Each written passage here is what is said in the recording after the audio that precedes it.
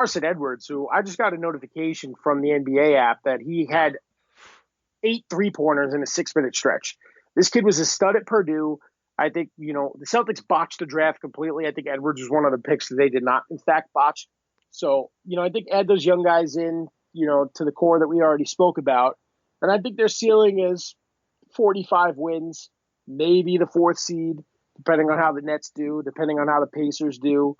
And I think Kemba Walker could get into the MVP conversation. So that is my absolute ceiling for the Celtics. What do you say, Ben? Well, I'm not going anywhere near Kemba Walker MVP odds, but I would say maybe MVP. 50 wins would be my ceiling for them. I think this is a kind of a high floor, low ceiling type team, depending on how the small forwards play. But I think they could win 50 games. But on the other hand, I do think that if they were to slip, there's a chance they could get eliminated in the first round. I don't expect that. I think they'll probably be the 4 seed. But I think worst case scenario, they go out in the first round. Fair enough. But MVP actually stands for most valuable pack in the car. Love it. Great accent. I thought I was back in Boston there for a second. Well, I do a wicked Peter Griffin laugh. Are you ready for it? Have you heard it before? Hit me. I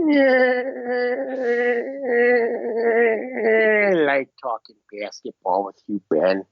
I really wish we had kept that for our outro, but before we get there, Jason, we have to hit the over-unders for the Celtics, which is, it feels high. I'm not gonna kind of mince words here. It feels like a team last year that with Kyrie Irving and with Al Horford won 49 games, is now projected to win 48.5 is their over-under. I was really surprised by this line, maybe more than any other line on here, Jason. I mean, they'd have to win what they did last year to hit this line on the over. And for me, that's just, I'm not saying that won't happen, but that just seems like you're asking a lot. So I'm going under. I'm definitely taking the under too, but not by much. 45 wins. I think that's okay, but they're not getting 48. I don't know what DraftKings was thinking when we got these odds. I mean, we did it for the first division, so we decided to do it for all of them. But yeah, that's definitely steep. So if you're a betting man or woman or child and you're doing it illegally, bet the under. Yes, indeedy. Well, Jason, I think that does it for us. We're going to go over next week. We're going to kind of go over some of our predictions, kind of talk about some of the stuff that'll be going on as we watch the first games of the season on Tuesday.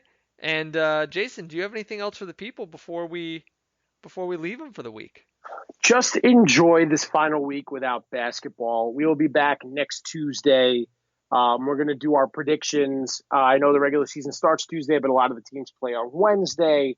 So just enjoy it. The season's finally here. It's been a long off season, crazy free agency, crazy political things going on with China, but the games are back. We will not be going anywhere. We're 4 episodes away from 100, if you could believe that. So we're going to ask you, as we do every week, and you always steal my thunder, so please subscribe, rate, and review. 5 stars, please. No. You don't get a chance to do it. I get to do it this week. You do it next week. But yeah, enjoy.